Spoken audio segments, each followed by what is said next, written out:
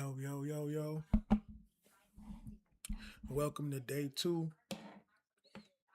of my 30-day fast, ending out 2025.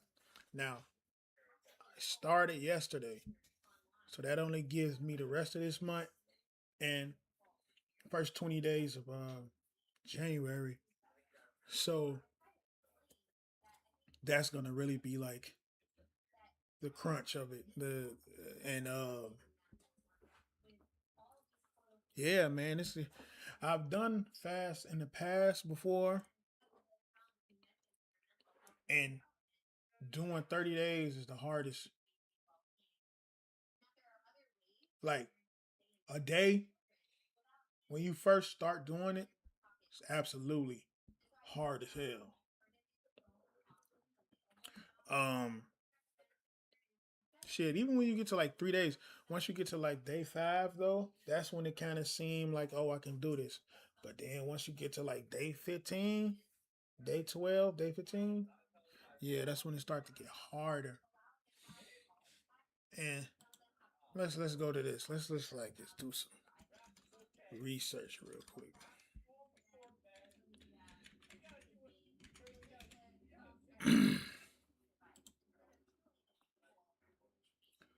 So, what is fasting? Fasting is the abstinence from food or drink for health, ritualistic, religious, or ethical purposes. There are various types of fasting, including intermittent fasting, which alternates between periods of eating and fasting and can help manage weight and prevent diseases. Benefits of fasting include improved metabolic health, potential longevity, and enhanced mental clarity. To fast safely, it's important to follow expert guidelines such as staying hydrated and listening to your body's signals. For a deeper understanding, you can explore the five stages of fasting, each offering unique health benefits. And this is facts. It's just one of the hardest things you could possibly do. Just think of the hardest thing you ever done. Now, fasting is above that because you got to discipline your body. We used to eat. We've been eating since we was born. Just think about that. We've been eating since we was born. The last time we fast, it was never. Basically, yeah, yeah. And then just to one day in like your adulthood, you decide to do that. Of course, that's gonna be a hard thing to do. And then, and it's so crazy. This is how you know it's like a spiritual thing too, and it's like a mental thing, like metaphysical thing. Because once you start your fast for the first time and you making progress, just go ahead and try to what I would say, for example, like I would get on, I got on TikTok scrolling, so scrolling. The next thing I know, it's nothing but food. It's nothing but food. I'm not even typing that into the search bar. So that's how I know it's like purely like mental and your natural algorithm. Like, is that strong that it's affecting the phone, or is it maybe something else? Let me know, because it seems like when I do that fast, it affect my like algorithm, like natural algorithm, like in it, like access my phone or something. Like my whole for you page is nothing but food. Nothing but food. Even on Instagram, like it's nothing but food. I'm not typing those things in. But so basically, this is gonna be like 100% mental clarity for me. It's mental. It's mental, mental and spiritual. Yeah, man. Because this is an ancient practice. This is not even nothing new. So I just know the first person to do this was just like seen as like super amazing to people because it promotes so much health and wellness. And I know it's more of a personal thing. I never record myself doing this, but I just thought, why not? I just thought, why not do this? And hopefully, I inspire some other people to try it. But just know, when you do, if you do try this, go this road, go down this route, uh, if you do like 3 days, 4 days, 5 days, six, you gotta understand that you can't just once you break your fast, you can't just eat anything. You can't just do a 6 day fast and then just eat a burger or like a heavy food like something that was fried or like anything that was in oil, like anything like you can mess your stomach up horribly. And it's actually a condition called refeeding syndrome, and that's what like you you like your body is in like it goes to stasis when you're fasting. So if you just shock your system like that while it's basically in sleep mode, in rest mode, reset, is in factory resetting mode, you can really mess your stomach up, and even it can get bad. Like real worse can be something even worse than just being becoming sick. So you don't want that at all. So you gotta ease back in. So you gotta drink like liquids, like water, of course, water, and like broth. And you gotta put a little bit of sodium in it, just a little bit. Now you can't go overboard with that shit. That shit gets serious. And I'm trying to really see like should I just try to fast like show the fast like the whole entire day. Maybe as we go on, I will do that. This is still the beginning, so it's just day two. I know people gonna be like, "Oh, how we know you're not eating?" I'm not. I'm not. You just gotta take me as my word, and I'm just gonna show you as we go. But now we can see better on here. The stream from yesterday was ass. I ain't even gonna lie. The light, man, it's early. It's like the sun's kind of still out right now, so it's the afternoon. And, yeah, so I don't know. Maybe we're gonna probably look at some different stuff. Look at some different videos based on like fasting. Um, yeah, like it's gonna be different things like that come up. So the itinerary is a lot. There's a lot of different stuff. This is just like the first few days. So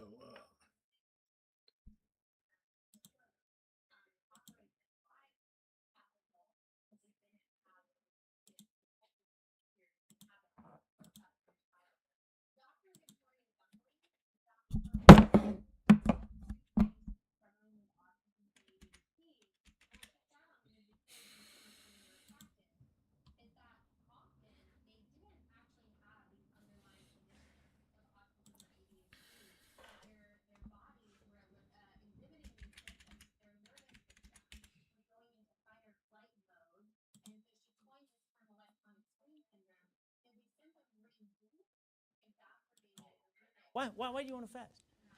Because your insulin levels will come down with fasting. If you don't eat, what happens to your insulin levels? They go down because insulin is only brought on by eating. That's why I make you fast. That's why if you're a patient at CVI, you have to eat only once a day or twice a day. If you're going to eat twice a day, you start out with that eating, but you must eat in a 6-hour window. And then no eating the rest of the 18 hours. yeah, that shit real strict, man. Like especially if you want to keep it consistent, you have to do it within that type of window. Yeah, because I've done like intermittent fasting before. I'm not even gonna sit up here and act like I haven't tried the other fasting, but like official 30 day, which is what I'm doing. A fit like I'm talking about strict 30 day. Yeah, I haven't done that in a long time, man. The first time I did that, it was like 10 years ago. Um, yeah, If you're constantly eating, you're making too much insulin. So you want to fast so that your insulin levels come down. So then after fasting for 18 or 24 hours, when you then do eat, you're sensitive to insulin. So your pancreas will only make this much insulin with the next meal versus a whole gallon before. So eating in a fasting state produces small insulin than eating in a fed state where you produce a lot of insulin. We are always eating in a fed state. Why are you eating if you just fed? Why do you want to fast? Because your insulin levels will come.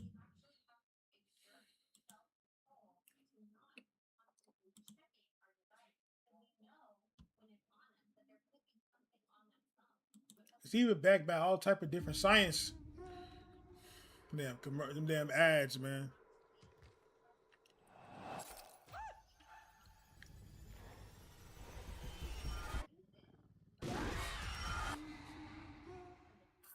Build a website you love with Wix, where your words create your brand. Welcome to Huberman Lab. So I'm just showing y'all examples, but this guy, Andrew Huberman, he's like a psychologist. And he worked with like a lot of different stuff, and dealing with the mind too. No, I think he's a neurologist, dealing with the mind. So it's like it's documented. It's consistently documented. I know a lot of people got a lot of things to say about it, but it's like consistently documented, man, and updated. So Essentials. well, you're not gonna watch where the we whole revisit thing. Past episodes for the most potent and actionable science-based tools for mental health, physical health, and performance. I'm Andrew Huberman, and I'm a professor of neurobiology and ophthalmology at Stanford School of Medicine. What we're going to talk about today is how intermittent fasting, aka time-restricted feeding, impacts weight loss, fat loss in particular, muscle maintenance and loss and gain, organ health, such as gut health and liver health, the genome, the epigenome, inflammation, sickness, recovery, and healing from sickness, exercise, cognition, mood, and lifespan. So let's talk about eating and what happens when you eat, and let's talk about fasting, or not eating, and what happens when you fast.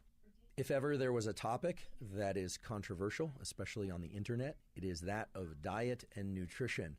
So I'm wading into this with a smile and in eager anticipation of all the but this and but that, and wait, but this showed that. Here's the deal. We need to precisely define what it is that we're talking about when we talk about nutrition. I'm going to give you an example of a study that was published a few years ago, 2018, by a colleague of mine at Stanford, Chris Gardner. He's a terrific professor of nutrition and has done a lot of important studies on how nutrition impacts different aspects of health. This paper, where Chris is the first author, it's Gardner et al., 2018, JAMA, looked at weight loss in people following one particular diet versus another particular diet. This was a 12-month weight loss study, so it was focused specifically on weight loss, although they looked at some other parameters as well. And the basic conclusion of the study was that there was no significant difference in weight change between people following a healthy low-fat diet versus a healthy low-carbohydrate diet with significantly more dietary fats in them. This caused a lot of ripples in the world of nutrition and nutritional science.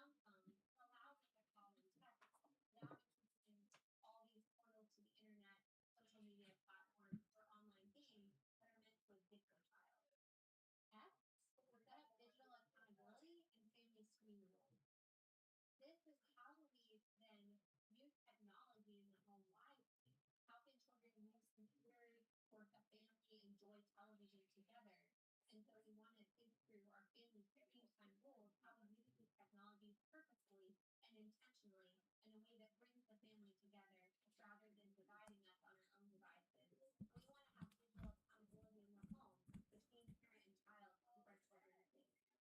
And then T, we train the screen for real life responsibilities and for safety.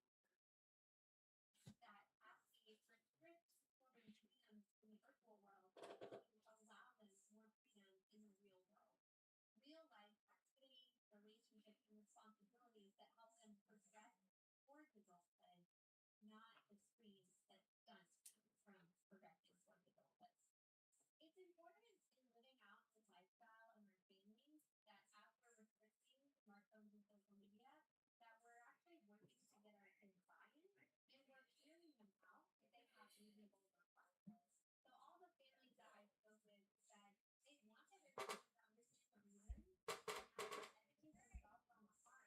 And a lot of these children then, when they realize what this experience is protecting them, even if they didn't love it at the time and the experience was not really taking to us, they could understand why. And they recognize that these kittens came from a place of love and protection. And that now, as adults, these children say they're so grateful their parents made this decision because understand the rationale, even at the time, even if they didn't love the implications of that. And a key part of this is not starting with these top-down restrictions out of nowhere, but starting with a conversation and trying to explain what you've come to observe and understand about the harms of these technologies, what you want to protect your child from, and even doing something together where you're trying to actually help educate your children on these harms or these rationale behind these decisions. So I had many families share that they read an article and talked about the kind of harms of smartphones together and tried to actually have a conversation and even asking questions of their child. You know, do you notice these effects among your peers? Notice how your peers or you are interacting with your phone? Like, what do you notice? How do you feel about that? So trying to actually engage children in a conversation about this and doing this all in the context of a relationship and where you're trying to walk these steps with your child, not a top-down approach, but really coming alongside them and explaining what you're trying to usher them into, that what you want for them is a life of real-life relationships and friendships and connection and flourishing, and that exiting technology is part of ushering them into the life that you want, but also the life that you want. And I have many students say they watch a documentary on social about and their teenagers. And the teens, once they realize the business model behind social media, that these platforms are trying to addict them, manipulate their behavior, it was like they saw the light for themselves and they didn't want to be part of that. So we, as parents, should be educators coming alongside our kids to try to have these conversations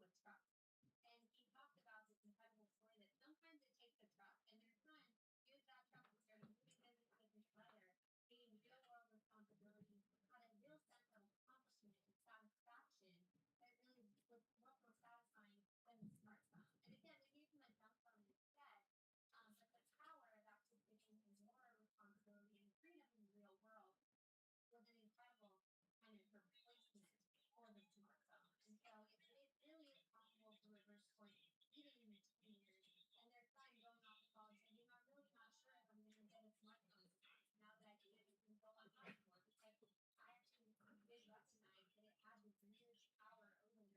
And I'm not sure that that's what I want in this role.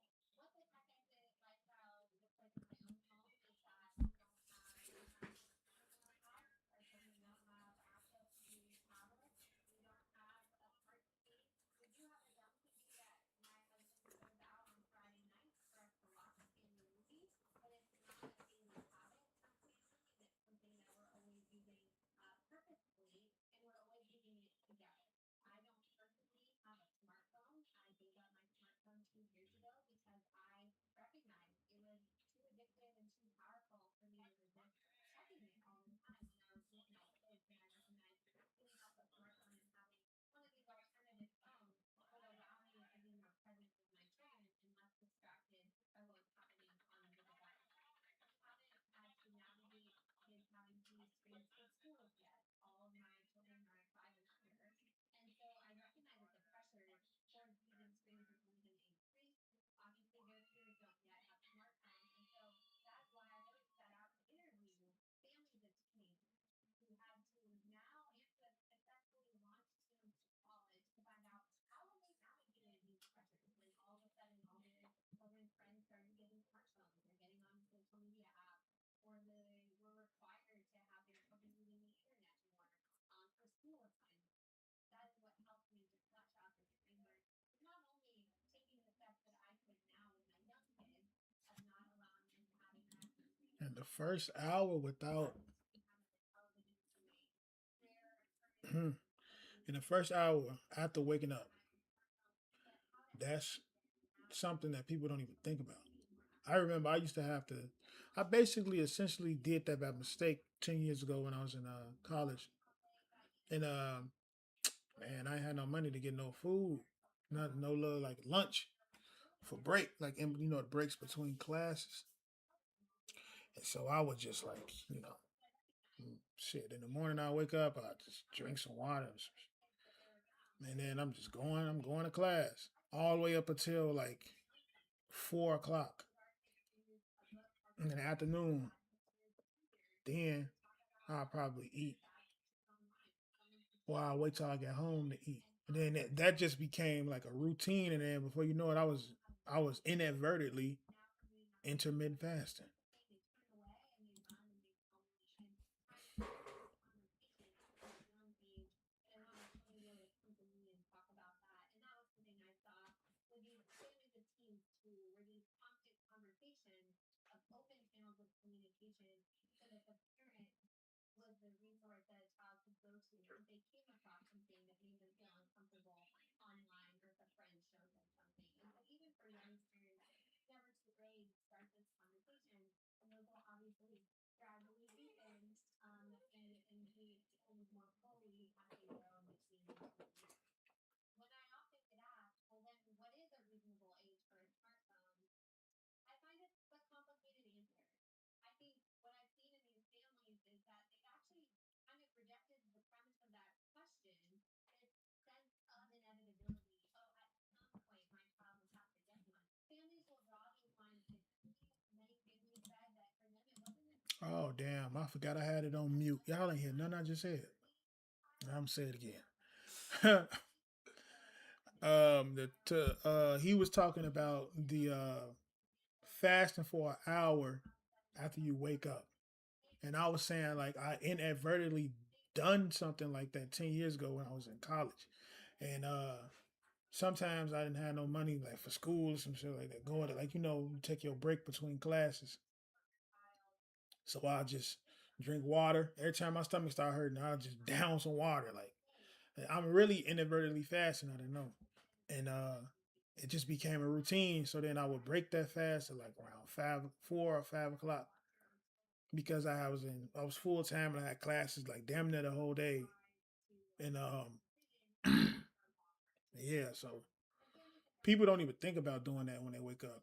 People think about waking up and getting that breakfast, eating 3 times a day. But I get it though. It's like your body is conditioned for that. So then you got to uncondition it. That's hard. And it's hard once you have that system and then you break it. You break it. Like, and then it's like, why would you break it? It's like anything could happen. And you break that system, You got to rebuild it all over again. It's like twice as hard. About what happens when we sleep. When we sleep, our body undergoes a number of different processes in the brain and body in order to recover the cells and tissues. Many of you have probably heard of autophagy, which is essentially a cleaning up, a gobbling up of dead cells and cells that are injured or sick. And this is a natural process that occurs, and it occurs mainly during sleep, although not only during sleep. Fasting of any kind does tend to enhance autophagy. So when we're asleep, the bad cells are getting gobbled up and eaten, and the good cells also are undergoing certain repair mechanisms, mainly related to, or at least governed by, those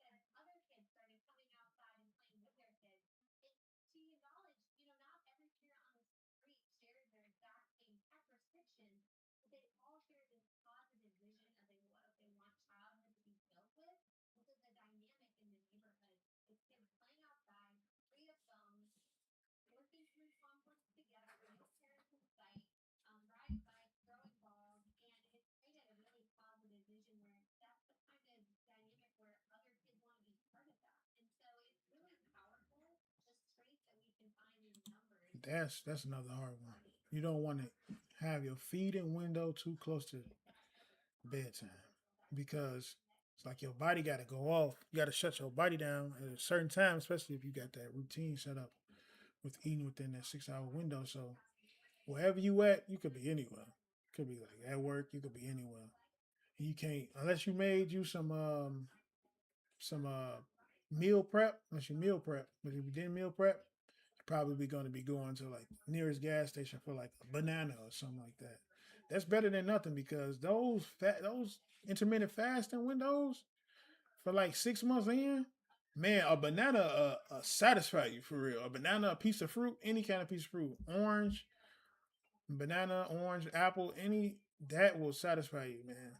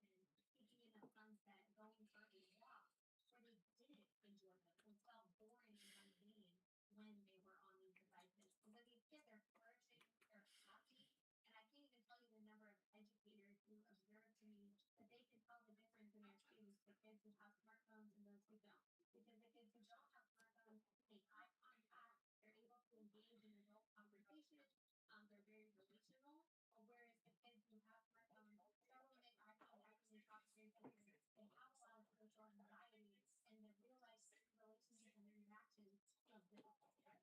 And so it's a very stark contrast, getting rid of the screen, what that does to the real life. I'm not saying that this lifestyle of the tech is going to be easy, and it can be more challenging given specific family circumstances that you may have. If your child has had access to a smartphone for a long time, if you're a single parent, or if you're a working parent where outside of the home most of the day, it can feel more challenging of how can I do this digital detox. But let me just assure you that so many parents, despite those challenges, have taken these steps and are so grateful they did it. I just want to say that there are points of resistance that we're going to have to push through as parents. And for some of us, it's going to be harder to overcome those points of resistance than for others. But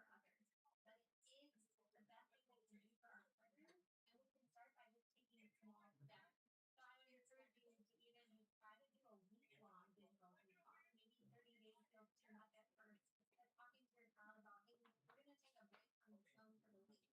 and we can start by just taking small steps. So I would encourage you to even just try to do a week-long digital detox. Maybe 30 days feels too much at first. But talking to your child about, hey, we're going to take a break from the phone for the week. And just trying to see how that goes. I had some families say they did a couple week-long detoxes over time, getting used to the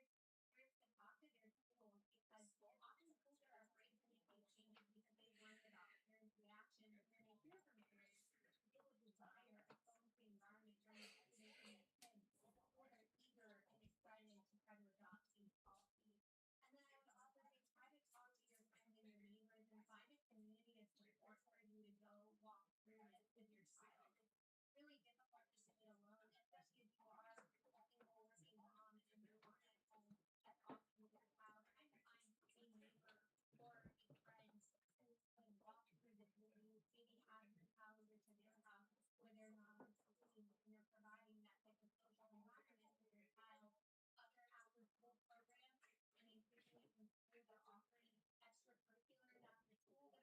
say try to talk to your friends and your neighbors and find a community of support for you to go walk through this with your child. It's really difficult to do it alone, especially if you are a single working mom and you're not at home as often with your child. Trying to find a neighbor or a friend who can walk through this with you, maybe have your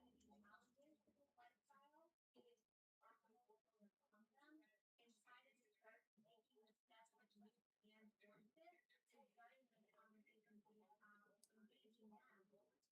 they're providing that type of social environment for your child. Other after school programs and increasingly some schools are offering extracurriculars after school that are phone free. Trying to find options in your community to help support you is another help. And so I do recognize there are going to be challenges to this lifestyle. It is possible to overcome them and try to just start taking the steps that you can towards this and starting those conversations with your child, engaging them to observe these effects for yourself. And just not being afraid of the challenges you may face because really on the other side of exiting the tech is really a true life of flourishing. And it is possible to do this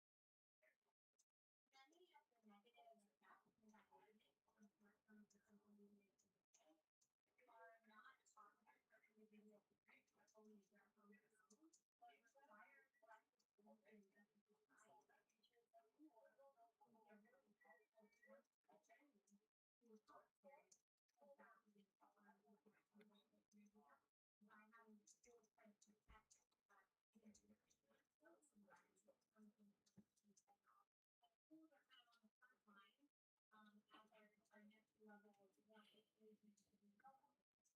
Then on a broader level, there are actually policy changes that can be really helpful for providing what was previously in the law to balance things that both on the state level and federal level.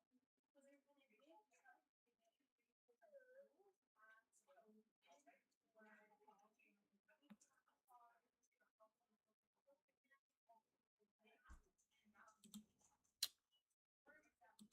All right, so that's the scientific side of fasting.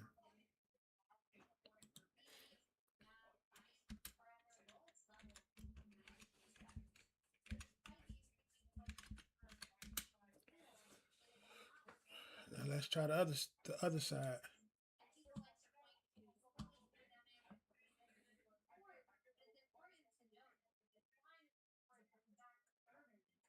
Yeah, I like to go to the old videos.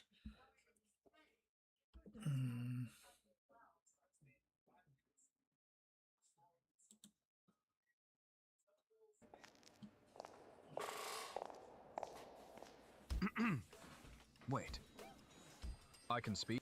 Edgar Cayce shocked many when he declared that fasting was not just about physical health, but about unlocking the very essence of the soul. What he revealed next would change everything people thought they knew about this ancient practice. So it's mental, no, it's metaphysical, it's metaphysical, spiritual, and physical. Science is the physical. The metaphysical is the spiritual aspect. And the third, when it becomes mental, is when both is together, combined into one, all synchronized. Imagine hearing that skipping meals could open a channel between your mind and the divine, transforming not only your body, but your destiny. In one of his most striking sessions during the Great Depression, Cayce explained that fasting purified the physical temple so that the spiritual forces could flow without resistance. He described it as a sacred reset that aligned the body with the eternal laws of God. But here's what nobody expected. While people of his time were familiar with fasting as a religious tradition, they were unprepared for the way Cayce framed it as an active tool for spiritual evolution and healing. He wasn't speaking in vague metaphors, but giving detailed practical guidance. He revealed that true fasting was less about denial and more about redirection, shifting energy from the digestive system toward higher levels of consciousness, where the soul could hear God's voice more clearly. Cayce's readings went further, insisting that fasting was a way to strengthen the will and cleanse the mind from destructive patterns that often repeated across lifetimes. For him, this wasn't superstition, but direct insight from the same universal intelligence he accessed in trance. So I take that as them talking about whacking, man. If you got a problem with whacking, gooning, you fast. And that's when you're going to confront lust. He warned that the modern lifestyle, full of excess food and distraction, dulled spiritual sensitivity. When a person practiced fasting sincerely, they didn't just feel lighter in body, they felt closer to Jesus Christ, the ultimate model of discipline, surrender, and alignment with God. And then came the revelation that left audiences speechless. Cayce tied fasting directly to the life of Christ, reminding his listeners that Jesus often withdrew to fast and pray before major decisions, battles, or revelations. By echoing that practice, the seeker could tap into the same spiritual current. And here is what nobody expected. Cayce emphasized that fasting, done with humility and prayer, opened the subconscious channels where the soul could access guidance from the divine. One of the most powerful readings, documented in the archives of the ARE in Virginia Beach, described how a man struggling with deep depression and illness experienced transformation after applying Cayce's fasting instructions.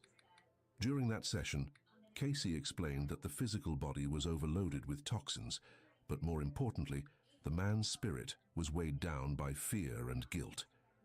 Through a simple but disciplined fast, combined with daily prayer, the man felt not only restored in health but renewed in purpose. What stunned the attendees was how Cayce described the process.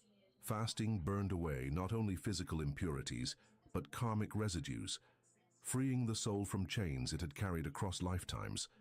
This revelation drew gasps because it connected something as simple as abstaining from food with the deepest mysteries of reincarnation and spiritual evolution. Cayce did not present fasting as punishment, but as liberation, a pathway that allowed the divine to flow without obstruction. The historical context made these revelations even more dramatic. During the harsh years of economic despair in the 1930s, when families across America struggled with hunger not by choice but by circumstance, Cayce's words redefined fasting. For the poor, fasting was suffering. For Cayce, when chosen deliberately and framed with spiritual purpose, fasting became a ladder to God. But there was a crucial distinction that changed everything.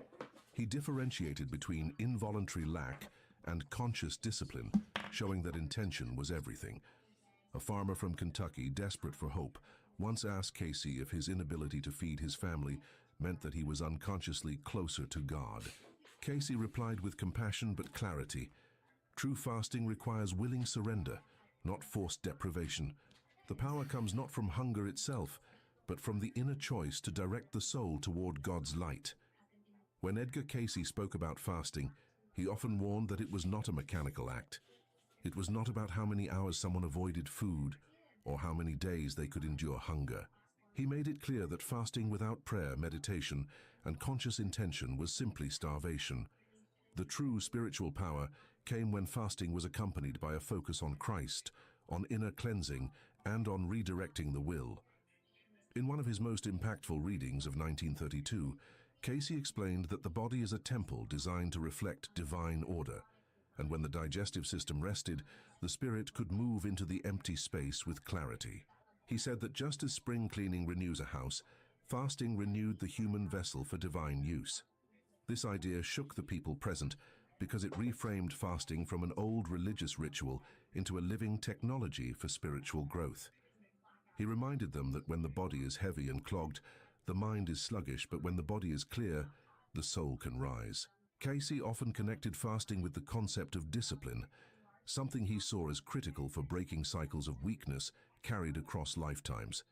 He described how the act of voluntarily withholding food built inner strength that could then be applied to overcoming anger, lust, fear, or addictions. In his words, what is mastered in the body may be mastered in the soul. He described the fast not as denial but as training, like a soldier preparing for battle, except the battle was within. He pointed directly to the example of Jesus Christ, fasting in the wilderness before facing temptation.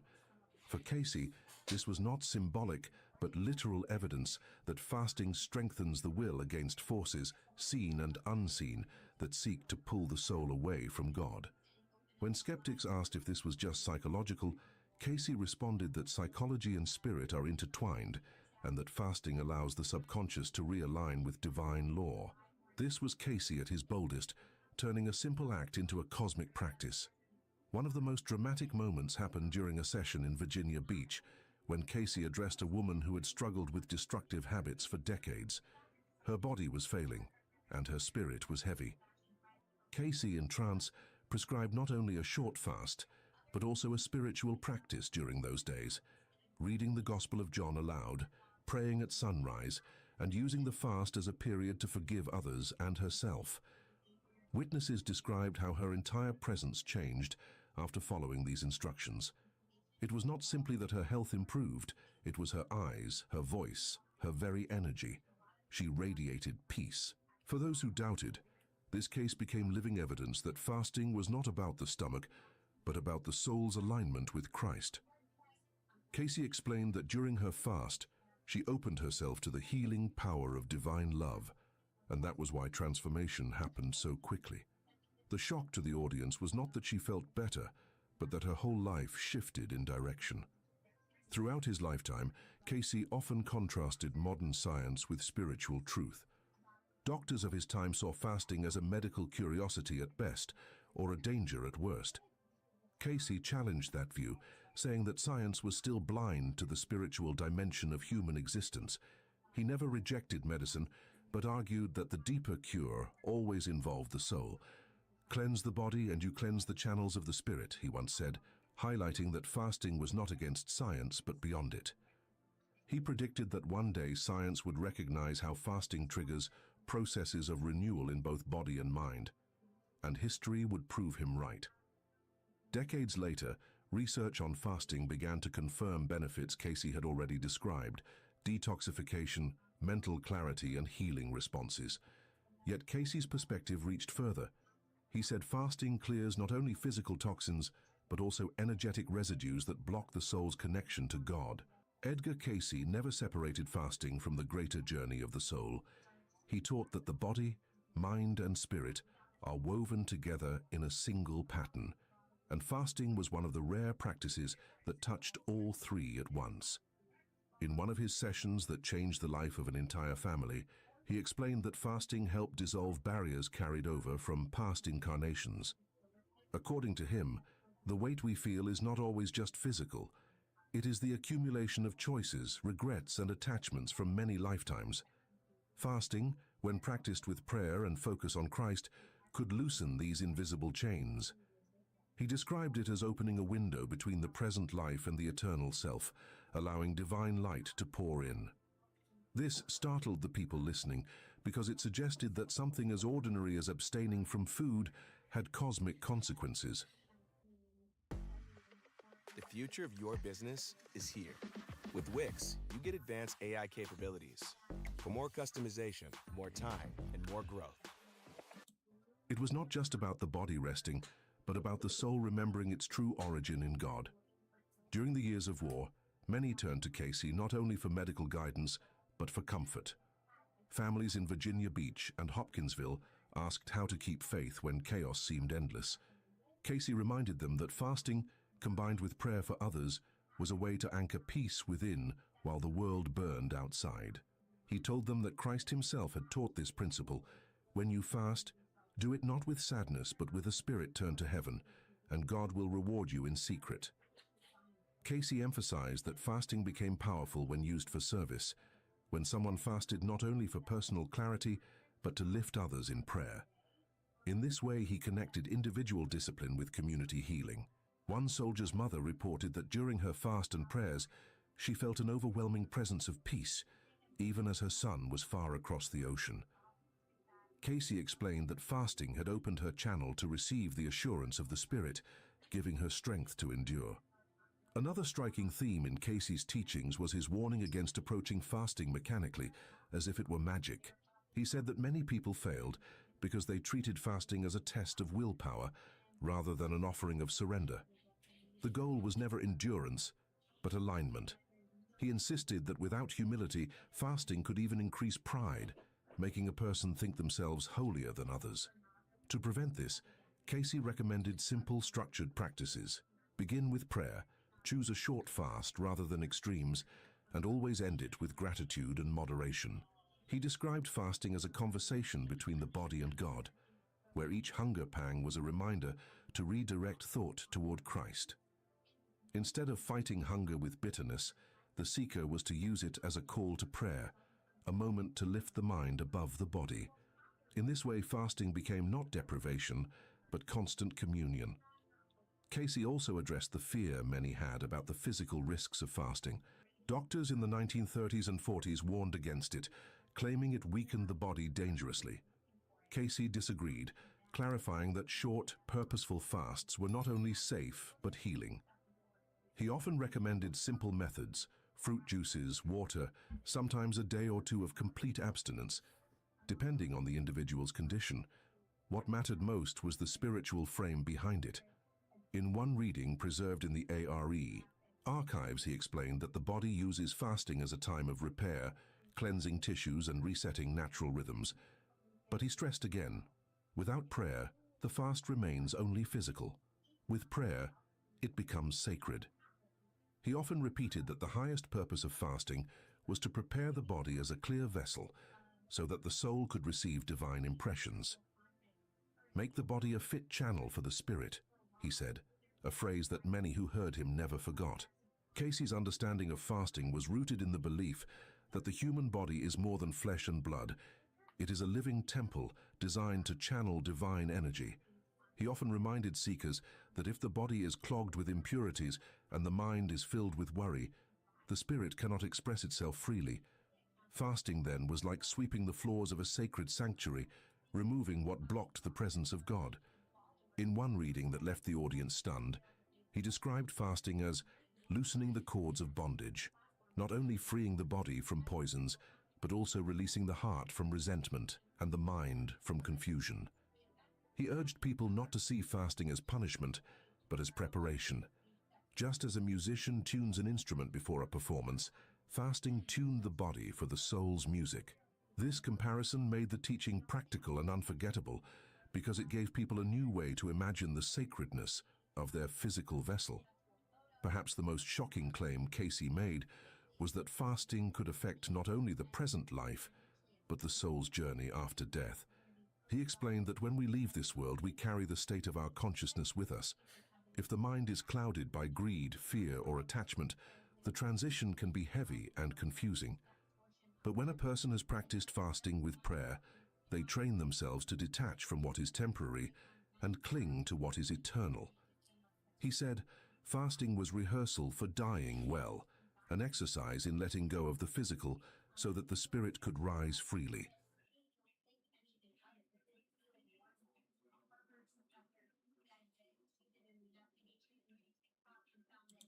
This revelation left many silent because it tied a simple earthly discipline to the ultimate destiny of the soul. According to Casey, those who learned to fast with humility and devotion were better prepared to walk into eternity with clarity and peace closer to Christ. There was also a communal side to his teaching. Casey encouraged groups to fast together, not for show but for shared strength. He believed that when several people fasted with one heart and one prayer, the spiritual energy multiplied. During the years of the Great Depression, some groups in Virginia Beach gathered not only to study the Bible, but to practice short fasts while praying for their neighbors who were unemployed, sick, or hopeless. The testimonies that came from these gatherings were powerful.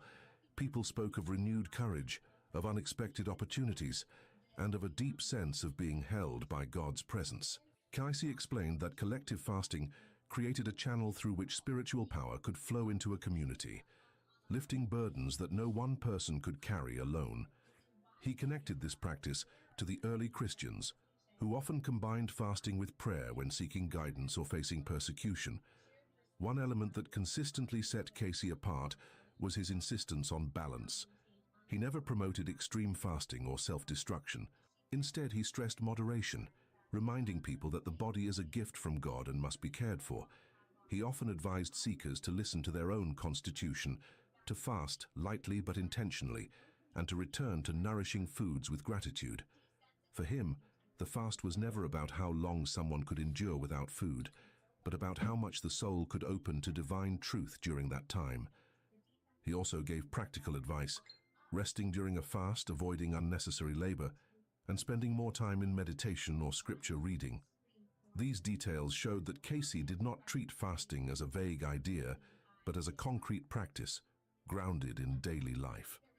What made his guidance extraordinary was that it always pointed beyond the physical to the eternal, turning every detail into an opportunity to align with Christ. During one particularly moving session, Casey was asked whether fasting could truly heal deep illnesses, or if it was only symbolic. His answer was both practical and spiritual. He explained that the body has natural powers of regeneration that awaken when the digestive system rests, and that this physical cleansing allowed the nervous system and glands to reset. But he insisted the deeper healing came from the soul's realignment during the fast. He recounted how individuals who fasted while meditating on the life of Christ often experienced not only relief from physical pain, but breakthroughs in long-standing emotional wounds.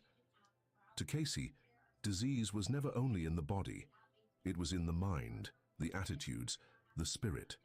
Fasting simply opened the door so that God's healing could flow without resistance. One unforgettable example preserved in the ARE archives described a man who had battled alcoholism for years. Nothing seemed to break the cycle until Casey recommended a 3-day fruit juice fast, combined with daily prayers of surrender to Christ. The man later testified that for the first time in decades he felt his cravings weaken. He described it as if a fog had lifted from his mind, allowing him to see his life clearly. Casey explained that the fast had helped cleanse not only the physical body, but also the subconscious patterns tied to guilt and self-destruction. For him, fasting was not magic, but cooperation with divine law. When the body is cleared, the spirit can move more freely. Witnesses saw this case as proof that fasting could reach into places medicine could not touch, liberating the soul from invisible chains. Casey warned, however, that the real victory came not from the fast alone, but from continuing a life of prayer and service after it ended. Casey often compared fasting to tuning a radio. He explained that the human mind constantly receives impressions, but when cluttered with excess, the signal becomes static. Fasting, he said, cleared the static so the soul could receive God's broadcast. The analogy struck people deeply, especially in an era when radios were the center of every home. Just as families tuned into clear frequencies, Casey explained, the soul needed to tune into divine truth. Hunger pangs became reminders to shift focus away from fear and back toward Christ.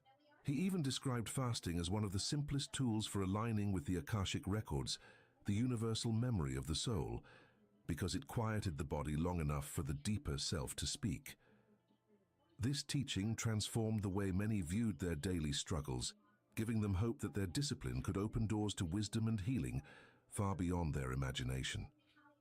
What shocked skeptics most was Casey's claim that fasting could directly impact one's spiritual vision. He said that many people live blinded by material desires, unable to sense the presence of God all around them. Through fasting, however, the veil thins and the soul perceives what is usually hidden. People reported vivid dreams, sudden insights, even a sense of spiritual companionship during fasts. Casey explained that this was natural. When the physical body quiets, the spiritual body awakens.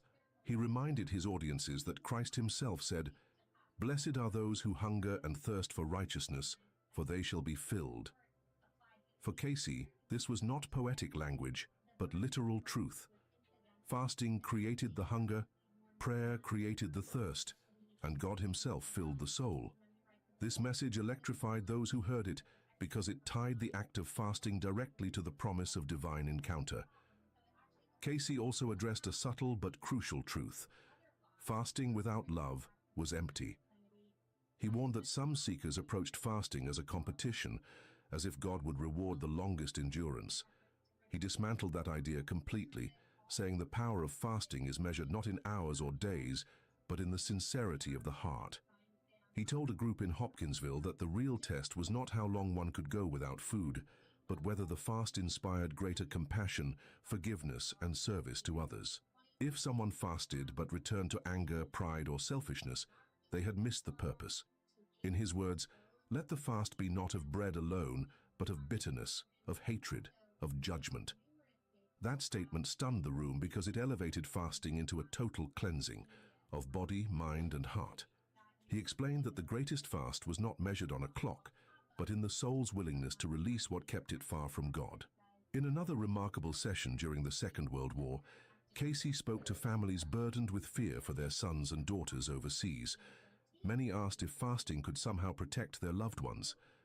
Casey did not promise miracles, but he did affirm that fasting with prayer created a channel of strength that could reach across oceans.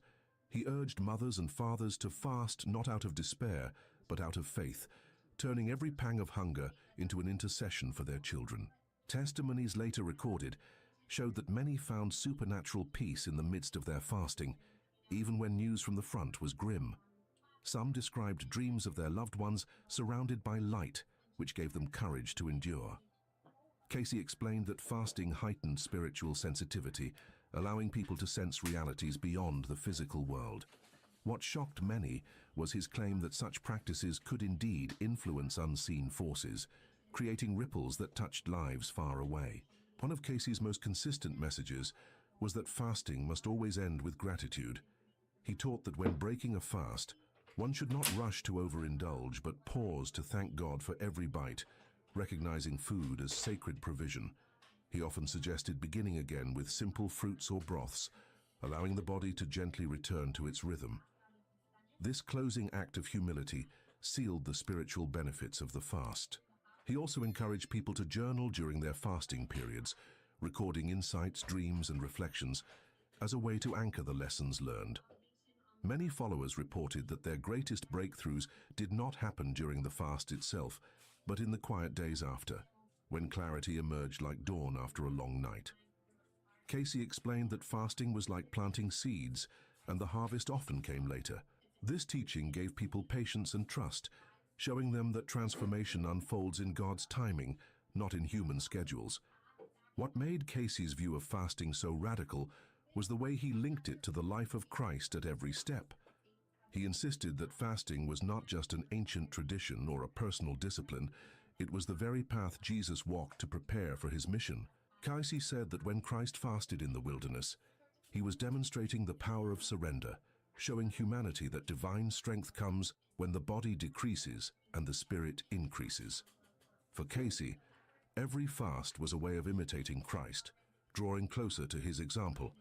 He reminded his listeners that Jesus said, "When you fast, not if you fast," making it clear that fasting was expected in the spiritual journey. By tying his guidance so directly to the teachings of Jesus, Casey gave fasting an authority that even skeptics found hard to dismiss. He positioned it as a bridge between the earthly and the eternal, a sacred discipline that aligned the soul with the Son of God. Casey frequently reminded seekers that fasting was not meant to isolate them from the world, but to prepare them to serve it better. He said that after a fast, the true measure of its success was not mystical visions or temporary clarity, but whether the individual returned to life with greater patience, compassion, and courage. He told one group in Virginia Beach that a fast should make a person easier to live with, not harder. If someone became irritable or boastful because of their fast, then they had failed to understand its meaning. This teaching was striking because it shifted the focus from personal achievement to relational transformation. Fasting was a tool to clear away selfishness so the soul could reflect Christ more fully in daily interactions, at work, at home, and in the community. To Casey, every spiritual practice had to flow outward into love, otherwise it lost its divine purpose. In the 1940s, when America was still recovering from the Depression and entering the turbulence of war, Casey's words carried even more weight. People were desperate for practical ways to strengthen their inner lives. He explained that fasting was not about escape, but about preparation for endurance. He described how those who practiced fasting with prayer could stand stronger in times of crisis, because they had trained themselves to depend